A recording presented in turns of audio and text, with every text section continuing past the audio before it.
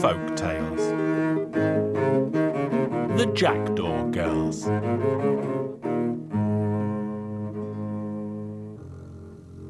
Once there lived a mother who had 12 daughters. The 12 girls were very unruly and each had a big mouth. They were always quarrelling with each other. There was never any peace in the house, and one day their mother decided that enough was enough, and so she said, "My ears are full with your quarrels. All of you should turn into jackdaws." They flew through the open door with such haste that they nearly poked her eyes out with their wings. They left the house and took to the air. They disappeared in a westerly direction. The mother became very sad as she missed her daughters very much, but there was nothing to be done. Then she discovered that she was expecting a baby, and when the time arrived, she gave birth to a healthy baby boy.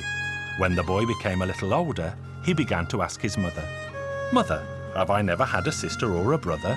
And his mother replied, "I have never had any other child except for you, my boy." But later on, the boy heard the talk in the village that he used to have 12 sisters who turned into jackdaws and flew away forever. "Mother, I have heard in the village that I used to have 12 sisters. I will not rest until I find them all." His mother tried to keep the boy at home, but to no avail. So then she filled a sack full of food and let him leave. As the boy was walking, he caught sight of a hermit's shack in the distance, and he arrived there just as the sun was setting. An old woman lived in the little shack, and he had never seen an older woman in his life before. He greeted her. "Good day, old lady." "You are fortunate that you greeted me politely, or else I would have eaten you up. What are you doing in this place that has never been seen by man or beast before?" The boy then told the old woman that he was searching for his 12 sisters who had turned into jackdaws and flown away. "Good. In the morning we shall make inquiries about them." Then she made supper for the boy and they went to sleep. Early the next morning, the old woman stood outside with the boy beside her and she blew hard on an old whistle. All the reptiles of the world gathered around in a matter of moments. The old woman asked the reptiles about a flock of jackdaws that never mixed with the other birds. None of the reptiles had any useful answers to her questions, and so the old woman ordered the reptiles to go home. So they all slithered away. The boy bid farewell to the old woman and left her. After a day's walk, he again arrived at a hermit's shack. He entered the shack and saw an old woman even older than the first. "Good evening, old lady," he said. "You are fortunate that you greeted me politely, otherwise I would have ordered bears to tear you apart. What are you doing in this place that has never been seen by man or beast before?" The boy told her the aim of his search. "Good. Maybe tomorrow morning we shall learn something more about your sisters." The boy went to bed and soon fell fast asleep. The next morning, the old woman stood outside the front door with the boy and blew hard on an old whistle. All the 4-legged beasts of the world gathered around the house in a matter of moments. "Do you know anything about 12 jackdaws that always fly alone?" "We know nothing of such birds and we have never heard of them before," the 4-legged beast replied. So the old woman sent them home with a wave of her hand. Then the boy became very sad indeed. He thanked her for her troubles and continued on his way. As he was walking, he spotted a third hermit's shack atop a huge rock, and he arrived there as the sun was setting. He walked into the shack and saw that this woman was even older than the two before her. "Good evening, old lady." "You are fortunate that you greeted me so politely, or else I would have had eagles tear you to shreds. What are you doing in this place that has never been seen by man or beast before?" So the boy told her the story of his journey. "Don't be sad, my child. I am sure that tomorrow we shall hear something about your sisters." Then she made the boy something to eat and made his bed. As soon as the sun came up, the two of them stood at the front door and the old woman blew hard on a whistle. All the winged creatures of the world gathered around the house in a blink of an eye. The old woman inspected the birds and then said angrily, "Someone is missing." Soon a raven arrived and one of its wings was bleeding. As soon as I heard your whistle, I began to fly here, but while I was flying, I saw a tall red tower. Tower was so tall that it stuck up through the clouds. And the noise the jackdaws made in that tower was worse than anything I had ever heard before, so I decided to rest a while and listen for myself. People passing by made mention of 12 jackdaws. They said that they had been living there for some years now and never let anyone go near them. But as I was eavesdropping, a hunter came along and shot a bullet into one of my wings. That is why I was late to arrive. Yours was the story we needed. You other birds can go now. So now you know where to go. Your efforts will not be in vain. When you arrive outside the tall red tower, lay these bones down on the ground and think of me.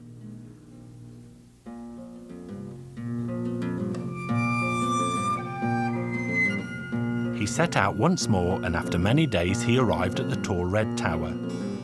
He did as the woman told him, and the 2 bones grew into a long ladder, and he could climb up to the jackdaws. He entered a large room where he found 11 of the jackdaws away, and the 12th in the form of a girl. The others were away collecting food. The young girl was afraid at first, but soon she became braver. She showed the boy around their home and explained all that she knew. Then the boy confessed that he was in fact their brother, and he had found them at last. Then they heard the noise of the jackdaws flying home again. So the young girl said, "Hide yourself quickly, because if I am unable to explain who you are, they will surely peck your eyes out." So the girl hid the boy in the 7th room. The 11 jackdaws soon arrived home, where they did a somersault and turned back into girls. Then the eldest of all said, "I can smell the presence of a stranger." And she tossed furniture around in her frantic search for the stranger. Then the youngest girl calmed her sisters and said, "When we left our father's house, our mother was heavy with child. She gave birth to a boy. That boy has spent many months looking for us, and now he is here to take us home to our mother and father. I hid him because I was afraid you would do him harm, because you didn't know why he was here or why he had come." Then the girls went to their brother, and they all embraced him. Before starting home, they all swore to always be good from now on.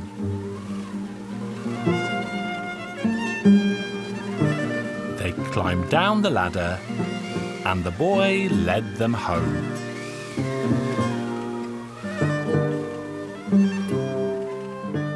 When they returned to the home of their birth, their mother and father were overjoyed to see their 12 daughters again. From that day on, the girls behaved so very well that they were the pride of their village. All 12 of them found a husband within the year, and all got happily married. And their brave brother found a pretty girl to be his bride, and they all lived happily ever after.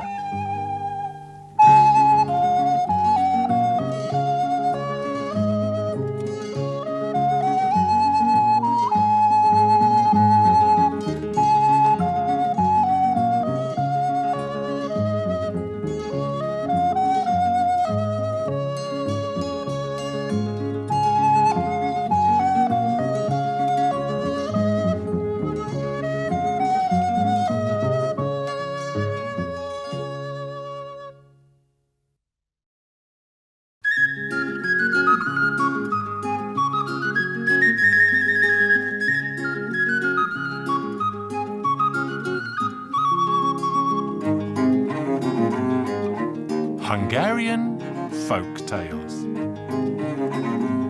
Abeles Kobeles. Once upon a time, in a faraway land, there lived a king. One day the king was out hunting in the forest and became so very lost that he could not find his way. "I wish someone would lead me out of this frightening forest, and I would give him a sack of gold for his troubles." "Follow me, and I will lead the way."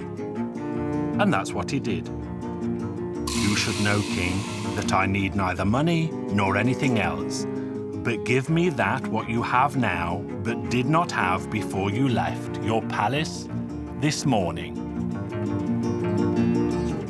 The king thought and thought that he must mean a cat, or something simple like that.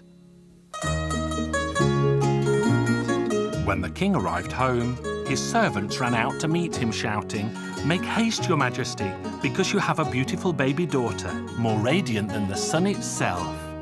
But to make a long story short, the little man had said that he would only come to fetch the girl on her 15th birthday.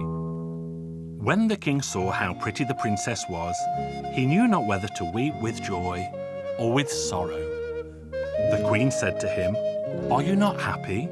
"Oh yes, I'm happy, very happy," the king said, and he told her the story.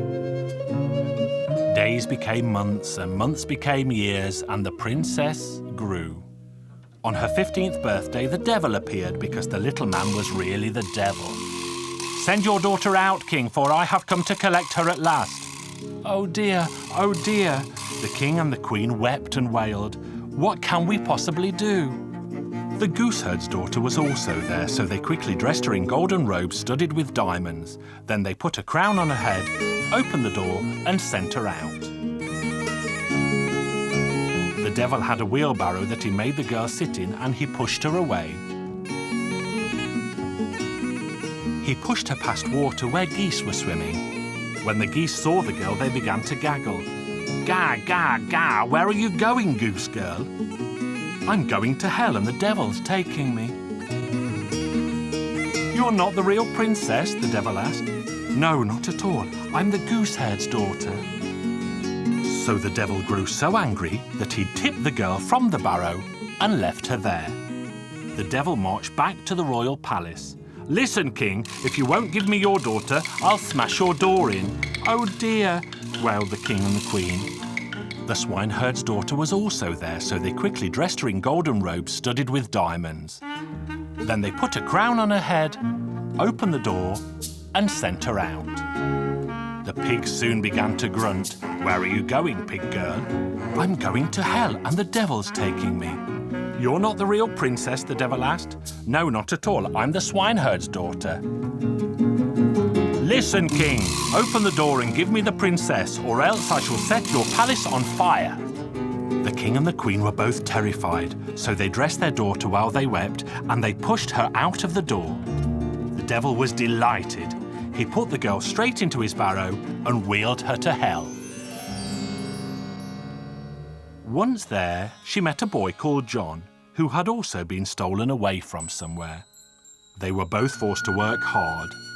John toiled all day in the stable, and the princess did the cooking, the baking, the cleaning, and she looked after the devil. Time passed, and John and the princess spent all their time together. One day John said, "Princess, we should both run away from the devil." "But how could we do that?" "I know a magic spell. I overheard the devil say it. I shall cast a spell on the broom and spit on it. Then the broom will answer for us when the devil tries to find us." That sounds like a wonderful plan.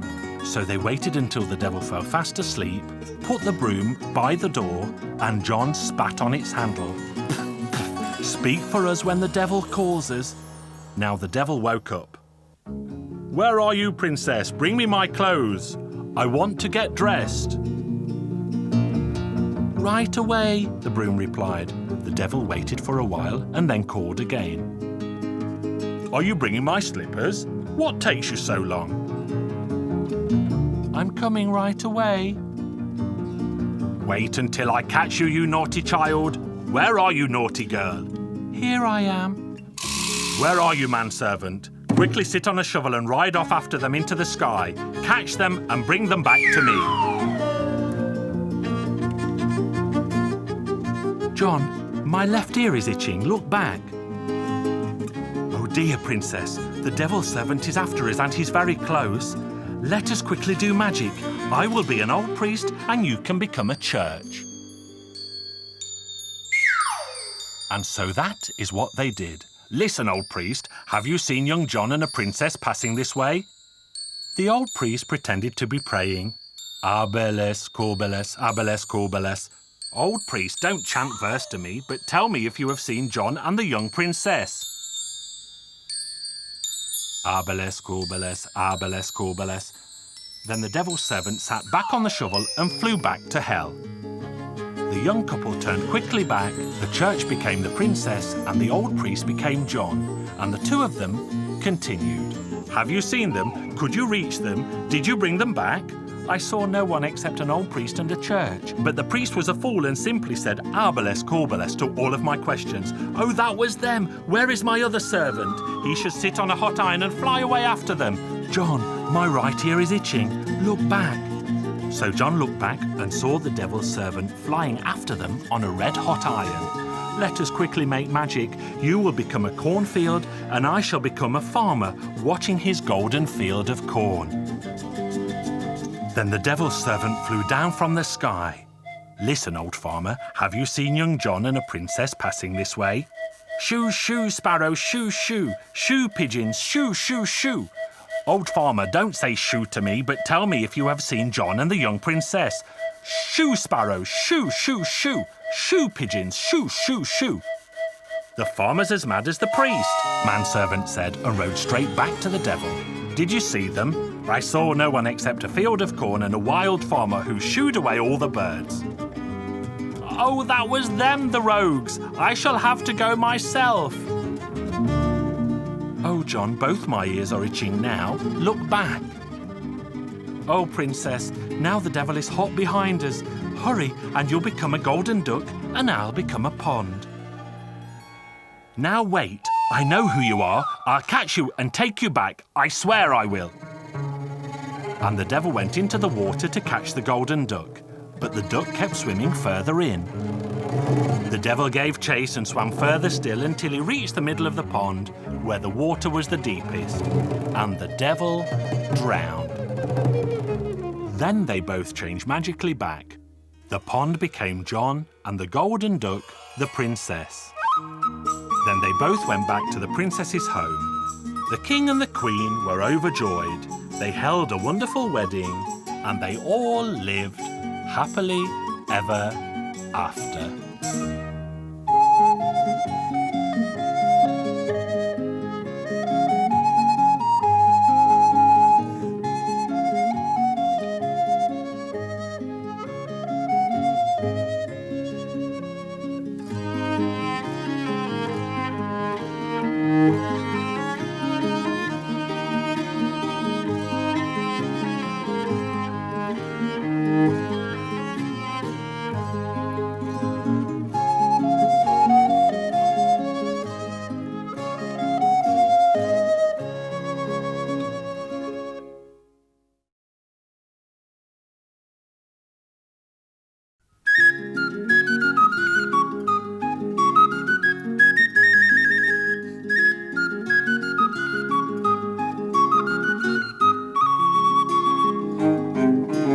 Hungarian Folk Tales.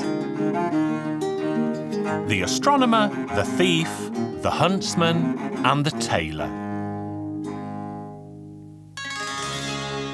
Once upon a time there lived a poor man. And the poor man had 4 sons. But the poor man was so poor that he had no money to keep his sons. One day the poor man said, "The time has come for you to leave home and seek your fortunes. You should all go and learn a trade." So the 4 sons set off into the wide world. The sons soon came to a crossroads that branched off into 4 different directions. So the sons agreed to part company and all meet back at the crossroads in a year and a day.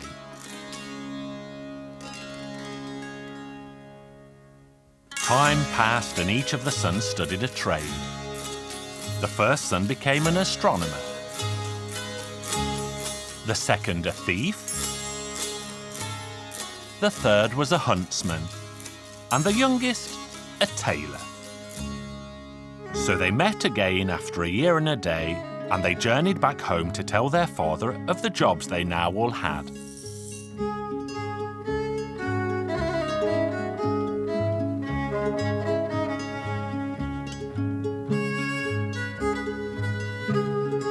Well done, sons. I believe you all, but I still would like to see proof of the new trades you practice.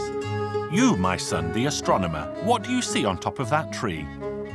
I see a nest with 5 eggs and a golden bird is sitting on them. You, my son, the thief, if that is indeed your trade, go now to the nest and steal the eggs from under the golden bird without ruffling a feather on its head.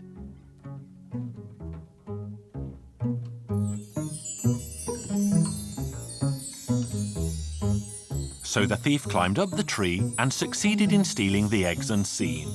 And he gave the eggs to his father. The old man put the eggs on the table. He placed 1 egg at each corner and then put the 5th egg in the middle. You, my son, the huntsman, if that is indeed your trade, shoot each egg with 1 shot and split them in 2. So the huntsman shot and hit all 5 eggs in turn. Well done, son. You are a master of your craft. You, 4th son, the tailor, if that is indeed your trade, stitch all 5 eggs back together so that the chicks inside each survive. So the tailor stitched the eggs back together and did an excellent job of work. But they would not know if all was well until the eggs eventually hatched. Now, thief, you must put the eggs back under the golden bird unnoticed. The thief succeeded, and only a few days later, all 5 eggs hatched out and the golden bird was delighted with the chicks. But each chick had a tiny red band around its neck where the tailor had stitched them back together.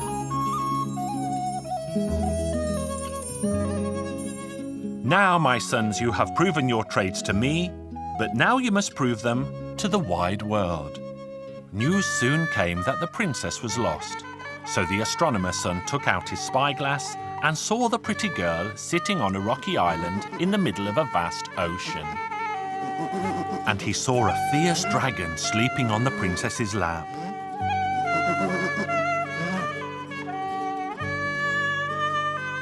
So the astronomer's son went directly to the king and requested a boat to rescue his royal daughter.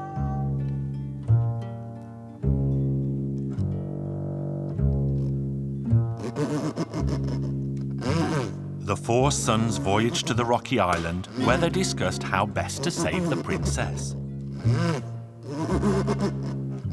The tailor's son suggested they shoot the dragon, but the astronomer's son was worried that they would hit the pretty princess. But you, thief, if you could steal the eggs, steal her from the dragon. And the thief stole the princess unseen. Then they took the girl onto the boat and sailed slowly back to the shore. But that is when the dragon awoke, and the fearsome beast caught sight of them. The princess had gone, and the dragon flew after them. The dragon saw that the boat was nearing the shore and knew that the princess must be on board, so it swooped down to the boat. But the huntsman's son saw the mighty dragon coming, and he shot it in the heart. Then the dragon fell from the sky onto the boat and smashed it into smithereens, leaving only a few planks of floating wood that the sons held onto. Then the huntsman said, "We'll surely perish in these waters." So the tailor's son swiftly stitched the boat back together, and everyone aboard survived.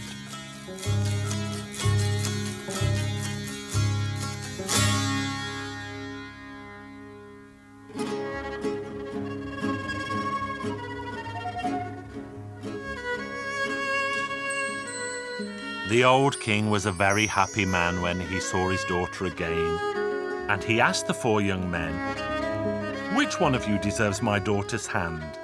The astronomer's son said, "Me, sire, for I sighted her in the middle of the ocean." The thief said, "Me, sire, for I stole her quietly away." "Seeing her was not enough, brother, if you weren't brave enough to go and get her." Then the huntsman said, "Getting her was not enough, because if I hadn't shot the fearsome dragon, it would have eaten us all up." Then the tailor said, "Only I deserve the princess, sire, because if I hadn't stitched the boat back together, we would have all surely drowned." And the brothers began to fight. So the old king said, "I cannot grant my daughter's hand to all 4 of you, and so instead I shall grant you each a portion of my kingdom. Will that suffice? Because the princess is very pretty, but living in peace is better still."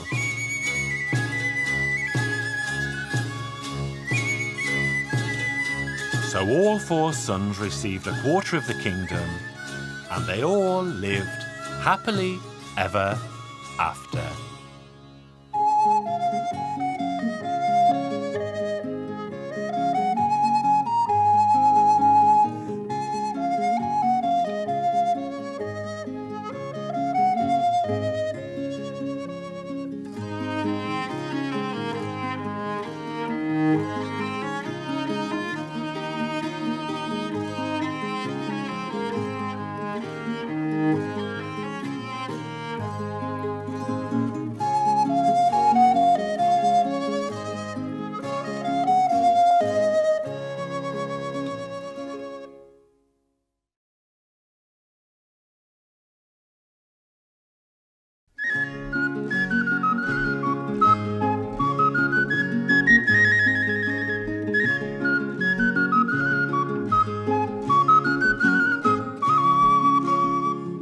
Hungarian Folk Tales. Little Diogenes.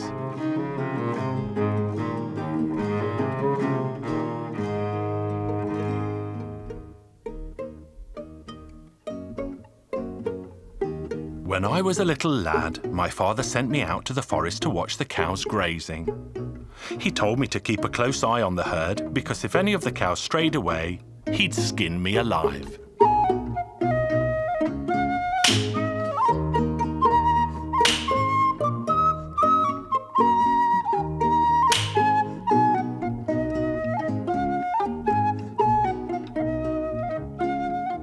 I tried to watch them as best I could, but I found a blackberry bush by the edge of the forest with ripe berries on it that were big and fat and black. Well, like I said, I was only a lad, and I instantly forgot what my father had said and set to work eating as many berries as I could manage. And while I stood feeding my face, the 2 cows strayed away from the grass meadow and began to make a meal of valuable hay. And just as that was happening, the devil sent the local constable, who cracked his whip and drove those 2 stray cows away from the hay they shouldn't have eaten. I gave chase as best I could and appealed to the menacing man. "Constable, please, they're my father's cows. Let them go with me." But the man took no notice at all and saddled his horse and rode away. He set out for the town and I followed him as best I could on foot, but he was soon far out of sight. So what was I to do? I couldn't stand before my father without his precious cows. I thought it best to run away instead and drown my sorrows as best I could. So I sat on a pile of pebbles by the side of the road and wept and wailed, for I was still only a lad and I'd had to leave home. Soon a woman passed and she said, "Why are you weeping, young lad? What on earth occurred?" So I told her of my troubles and that I did not dare to return home, or else my father would surely skin me alive. My parents would never see me again and I would be orphaned and homeless. "Don't be so foolish, young lad," said the woman. "A parent's punishment strengthens the soul, but a blow from a stranger only bruises a boy's body. Now take yourself home before it gets dark." "I will not," I told her boldly. When the woman saw that she spoke to me in vain, she washed my filthy face, then she took me by the hand and led me to a large stone house. When we reached the kitchen, she placed a plate of steaming porridge before me, but my belly was so filled with berries that I couldn't swallow as much as a spoonful. But I didn't dare leave it because I thought she'd think me ungrateful. So I took the porridge and spooned it under my shirt. Then after I'd fed my shirt this fine supper, I lay down by the stove to warm myself. And as I lay in the snug, my sadness slowly slipped away, and I was happy to have found comfort in the kitchen of this motherly woman. But it wasn't long before her husband returned, who was not what I'd call a fatherly man. As he caught sight of me lying on the blanket, he complained to his wife, "Why have you brought another hungry mouth to the house? But he's nothing more than a lost lad. I thought he could help about the farm." Help? With what? A skinny thing like him will eat us out of house and home. Hey you, get up and lift up this sack of corn. I want to see if you're strong enough to be of service here. I tried to lift the heavy sack, but my 8 years proved not enough to lift the heavy weight. But I was soon undone when my belt burst open, my shirt shot out of my trousers, and a pool of porridge landed on the floor.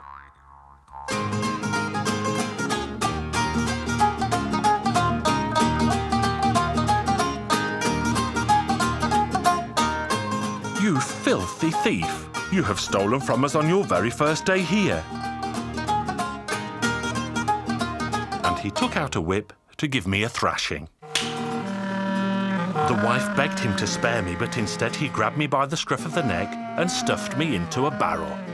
Then he sealed the barrel tight and rolled it far from the house so that no one passing would hear my cries.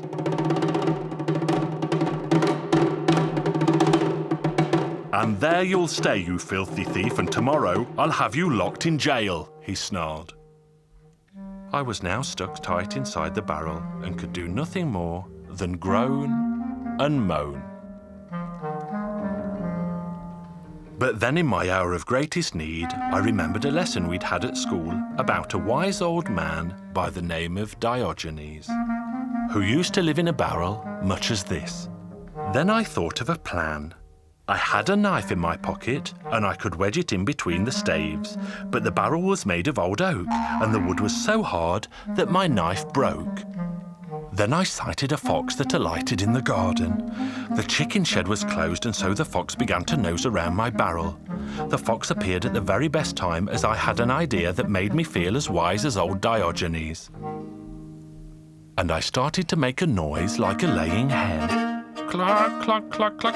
What a good place to sit. Instead of eggs, I'm sitting atop a pile of sweet honeycomb. Oh, my dear little hen, would you give your friend the fox a taste of that sweet honey you have? Of course, my foxy friend. Simply stick your tail in and I shall smear it with sweet honey that you can lick off later. The foolish fox did just as I suggested and popped its tail in through the hole that I grabbed and held onto with all my might. The hen thief thought it was caught for good and began to leap about the place. And it leapt and jumped, jumped and leapt until the barrel had broken apart. Free at last, I ran and ran until I found home. My parents were happy that I had returned. My father gave me a harsh beating for my sins and not watching over his valuable cows. But my mother rubbed my back with soothing cream and I continued to grow in my loving home.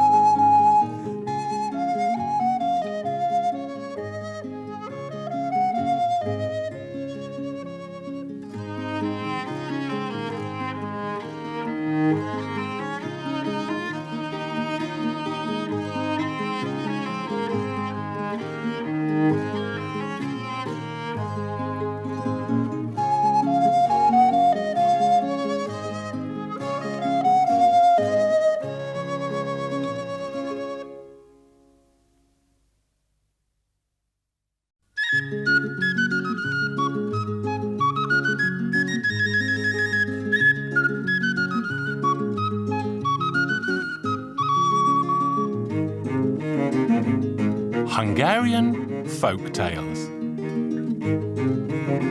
First the dance, then the feast. Once upon a time there lived a poor man. He had even more children than a sieve has holes, and he owned nothing more than a small house. But then the poor man was forced to move out of his home because his landlord wanted so much corn in payment for his rent that he had to leave. And so the poor man decided to hide.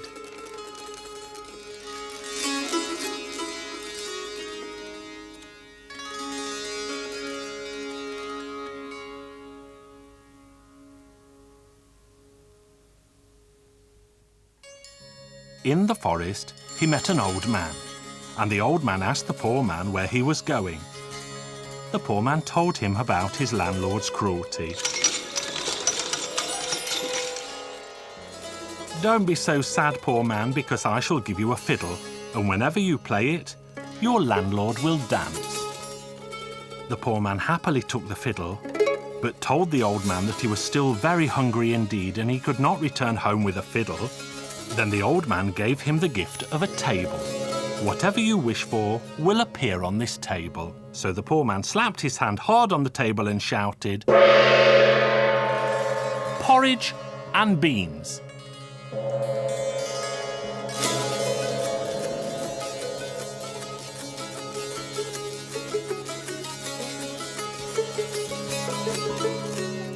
And when the poor man's belly was full, he set off to go home.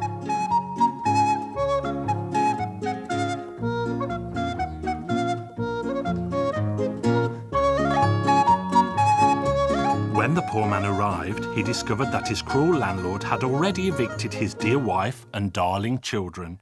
"Now I shall pay and you shall dance," and the poor man began to fiddle. And the poor man's landlord danced and danced and danced and grew very tired indeed. But as the poor man played as long as he could, his landlord kept on dancing.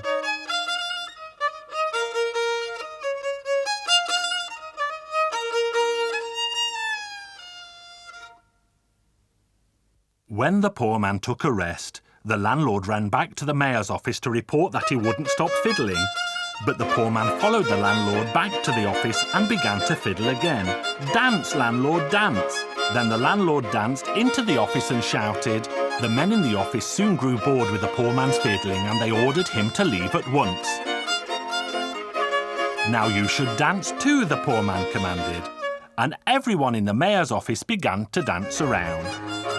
They put down their pens and danced a merry jig together.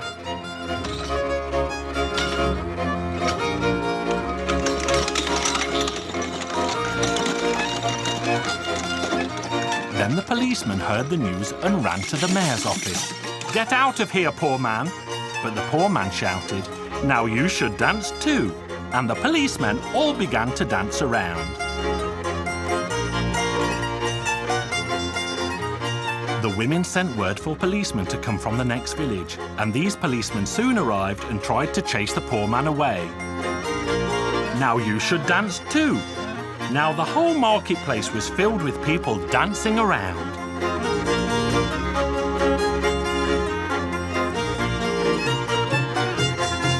Then the soldiers marched up and the poor man said, "Now you should dance too, as best you can."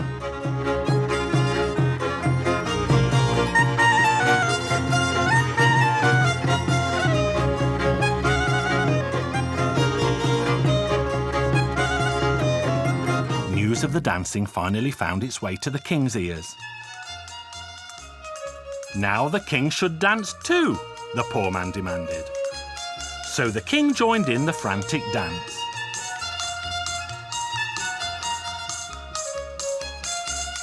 The queen of the kingdom contacted the king from the neighbouring land, and this king arrived with his army, and the country was soon filled with his foreign soldiers.